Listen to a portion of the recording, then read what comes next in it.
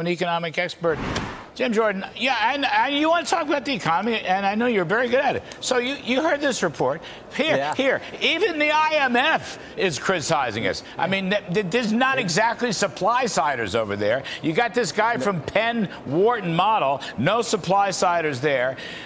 Too much spending, too much borrowing, too many deficits, inflation, interest rates. I mean, Joe Biden is out there today talking about junk fees and how we shouldn't have to pay baggage fees or whatever. If I had any hair, I'd be pulling it out, Jim Jordan. What am I? This Bidenomics thing, it ain't working. Bidenomics ain't working, and even the IMF knows it and tells us about it. I mean, for goodness sake, record deficits, record debt caused by record spending, bad tax policy, actually raising taxes, bad regulatory policy, and certainly bad energy policy. And you wonder why we have record inflation and why eggs and milk and everything else cost more than it did under President Trump. It's because of Bidenomics. It just doesn't work, and everyone understands that. It's one of the key reasons why I think, and we've talked about this a lot, Larry, why I think President Trump's going to win. That and the border, I think, are front and center in voters and citizens' mind, and that's why I think President Trump is going to win this election. Frankly, why he's up in 6 of the 7 swing states, and he's even in Wisconsin, but he's winning in all the other 7 swing states. Are you kidding? He's going to carry Harlem and the rest of New York. They can't even keep him down. They let him out of the jury for 1 minute. He goes up to Harlem, and all the bodegas come out and endorse him. It's the greatest thing I've ever seen. I mean, it's very cool. But you know, it's so interesting. So again, here's Biden talking about junk fees, but actually, the IMF is talking about $7 trillion of spending, right? And the equivalent number of deficits. And now the borrowing story is moving towards $35 trillion. It's on its way to $50 trillion, according to the CBO 10-year baseline. So no, people can't afford to live in the Biden economy. Prices up 20% under Biden, 19.8 or whatever the CPI is. Wages up less than that. They have an affordability crisis, and no one in the White House wants to address it or be honest about it or deal with it. That's what's so incredible to me. Yeah. Well, and they want to continue it. They just keep spending, whether it's, we'll forgive your loan, we'll pay for this, we'll pay for that, just exacerbating the already ridiculously dangerous problem that we have. So, yeah, it doesn't. When you keep spending and debt to GDP ratios are way out of whack, we got this kind of interest we have to pay, over $1 trillion in interest. As the IMF said, you cannot sustain that.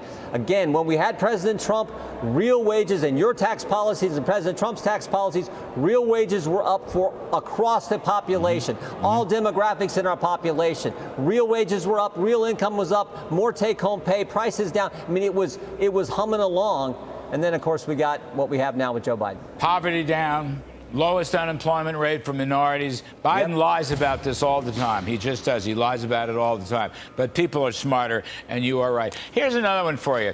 This latest tranche of student loans, whatever it is, election year vote buying, this Penn Wharton model came out yesterday, Jim, or the day before, and said the student loan cancellations will cost $500 billion. $500 billion. $500 billion. Now, I know it's unconstitutional, and I know it's illegal, but that's what Biden's trying to do. He disregards any parameters of reasonableness. He's not fighting inflation. He's just trying to buy votes. Trying to buy votes and exacerbating the problem that we just talked about, but also it's just morally wrong. How about the people who did pay for their education, the families who paid for their son or daughter's education, or that individual who said, I'm going to work my way through school, I'm going to go a longer time and work my way and pay for it myself, or the one who skipped going to higher education and went to trade school or started their own business, for goodness sake. How is it fair to them? So there's the economic cost, what that does to our country, our economy, and to the budget. But there's also the moral cost. It's just morally wrong to do that when other people made other decisions and paid for it.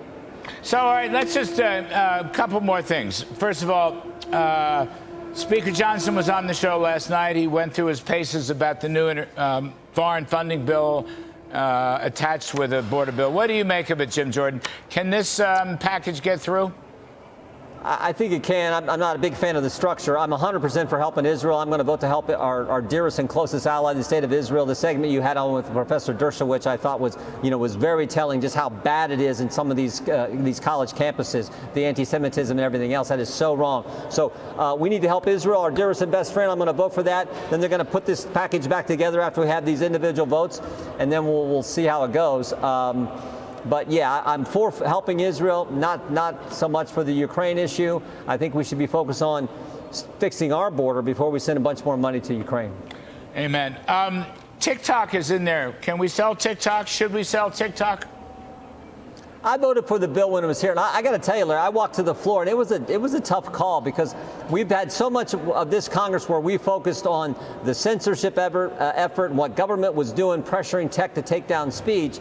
So you got that concern, but then the fact that the parent company ByteDance is in fact affiliated with the Chinese Communist Party. So we balance that all out. We'll see how that gets put together. There's a fourth part to this bill. There's the Taiwan, Ukraine, Israel, which I'm 100% for, and then this element here. So we'll see how that all gets put back together after we have the individual votes.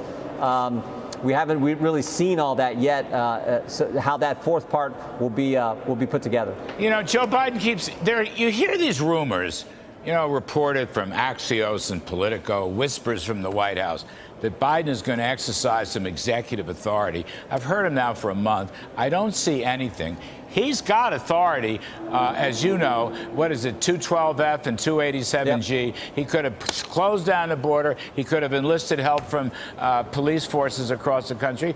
He hadn't done a damn thing, not one single thing yet. No, and he continues to move in the wrong direction on parole.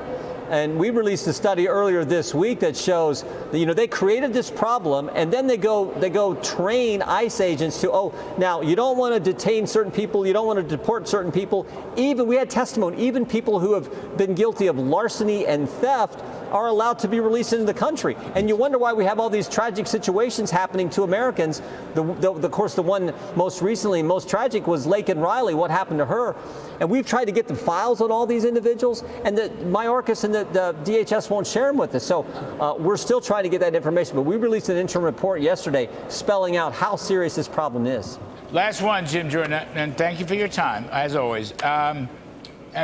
Will Speaker Johnson stay as Speaker Johnson? Is he going to make it? I hope so. I mean, I really do. Mike's a good man in a tough situation. We do not need a third speaker in one Congress, for goodness sake. I hope this motion to vacate doesn't come. I was against it for, when they did it to Speaker McCarthy. I thought that was wrong. Certainly wrong now as well. So let's hope not. Let's stay focused on what needs to happen in 6 months. Right. We need President Trump in the White House. We need to win back the United States Senate and keep the U.S. House so we can address the craziness of Biden economics, so we can, get things under control, get the economy growing, secure the border, and stop some of the craziness we see from today's left. Jim Jordan, you are the best of the best. I totally agree with what you just said. I really totally agree. Let's focus on what we need to be focusing on, which is change and a retirement policy in the White House. Jim Jordan, really the best of the best.